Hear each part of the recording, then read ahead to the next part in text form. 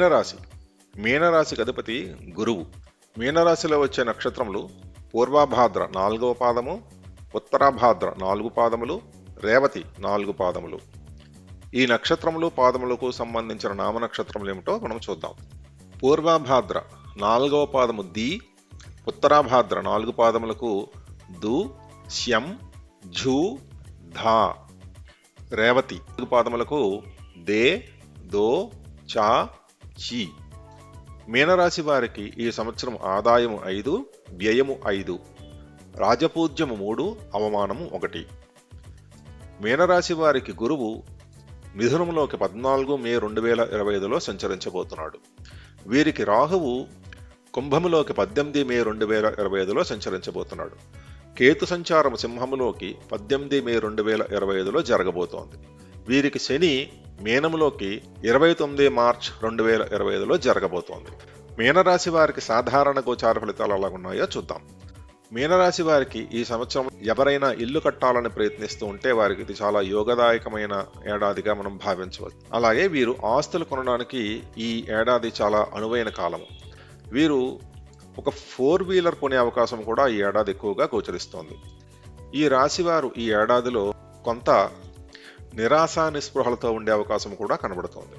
అలాగే వీరు రుణాలను తీసుకునే అవకాశం కూడా ఎక్కువ కనబడుతోంది. ఈ రాశివారు విదేశీయానం చేసే అవకాశం కూడా ఉంది. అలాగే ఎవరైనా ప్రమోషన్స్ గురించి ఎదురు చూస్తుంటే వారికి చాలా యోగదాయకముగా ఉంది. అలాగే వీరికి వచ్చే సడన్ ఎక్స్పెండిచర్స్ అనగా ఆకస్మికముగా వచ్చే ఖర్చుల ద్వారా వీరి యొక్క సేవింగ్స్ కూడా కొంత బ్రేక్ అయ్యే అవకాశం ఉంది. అలాగే వీరికి నిద్రలేమి కూడా ఎక్కువ కలిగే అవకాశం కూడా ఉంది. వీరికి గత ఏడాది కంట ఈ ఏడాది చాలా లాభదాయకముగా ఉంటుంది. మీనరాశి వారికి వృత్తిపరంగా ఎలాగుంటుందో చూద్దాం. వీరికి ప్రమోషన్స్ అనేవి స్పష్టంగా ఈ ఏడాది కనబడుతోంది. అలాగే ఎవరైతే ఉద్యోగం లేకుండా ఉన్నారో వారికి ఖచ్చితంగా ఈ ఏడాది ఉద్యోగం ఫలించే అవకాశం ఎక్కువగా కనబడుతోంది. అలాగే వీరికి శాలరీ హైక్స్ కూడా ఎక్కువగానే కనబడుతున్నాయి. ఇక మీనరాశి వారికి ఆర్థికంగా ఎలాగుంటుందో చూద్దాం. వీరికి గత ఏడాదికి పోల్చినట్లయితే ఈ ఏడాది ఆర్థికంగా చాలా ఉన్నతి కనబడుతోంది. కానీ వీరికి ఆకస్మికంగా ఖర్చులు కూడా ఎక్కువే కనబడుతున్నాయి. వీరి యొక్క ఆరోగ్య సమస్య ద్వారా కొంత ధనం కూడా వ్యయమయ్యే అవకాశం కూడా ఎక్కువగానే కనబడుతోంది. ఇక మీనరాశి వారికి ఆరోగ్యపరంగా ఎలాగుందో చూద్దాం. వీరికి ఈ ఏడాది ఎక్కువ జుట్టు రాలే సమస్య వీరిని బాధించవచ్చు. అలాగే చర్మ సంబంధిత సమస్యలు కూడా ఎక్కువ వీరికి ఎదురవచ్చు. వీరు ఎవరైనా కాస్మెటిక్ సర్జరీస్ అలాంటివి చేయించుకుంటే అవి ఈ ఏడాది చేయించుకోవద్దు, ఎందుకంటే అవి ఫెయిల్ అయ్యే అవకాశం కూడా ఎక్కువ కనబడుతోంది. అలాగే హార్ట్కి సంబంధించిన పేషెంట్స్ ఎవరైనా ఉంటే వారు ఈ ఏడాది తగు జాగ్రత్తలు తీసుకోవాలి. మీనరాశి వారికి కలత్ర విషయం ఎలాగుందో చూద్దాం. గత ఏడాది మీ యొక్క రిలేషన్స్లో ఏమైనా ఇబ్బందులు ఉంటే ఆ ఇబ్బందులన్నీ ఈ ఏడాది కొంత సమసిపోయే అవకాశం ఉంది.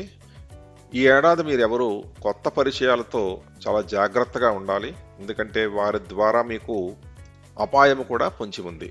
మీనరాశి వారికి ఈ ఏడాది ఏలినాటి శని 2వ అంశ మొదలవబోతోంది. ఇక మీనరాశి వారికి పరిహారాలు ఏమిటో చూద్దాము. మీనరాశి వారు అరుణాచలం లేదా తిరువన్నామలై ప్రదేశం సందర్శిస్తే వీరికి చాలా యోగదాయకంగా కనబడుతోంది. అలాగే వీరు ప్రదోష వ్రతం కూడా ఆచరిస్తే చాలా సత్ఫలితము కనబడుతుంది. అలాగే మీరు తప్పక గణపతి ఆరాధన ఎక్కువ చేసుకోండి, అది మీకు చాలా యోగదాయకంగా ఉంటుంది.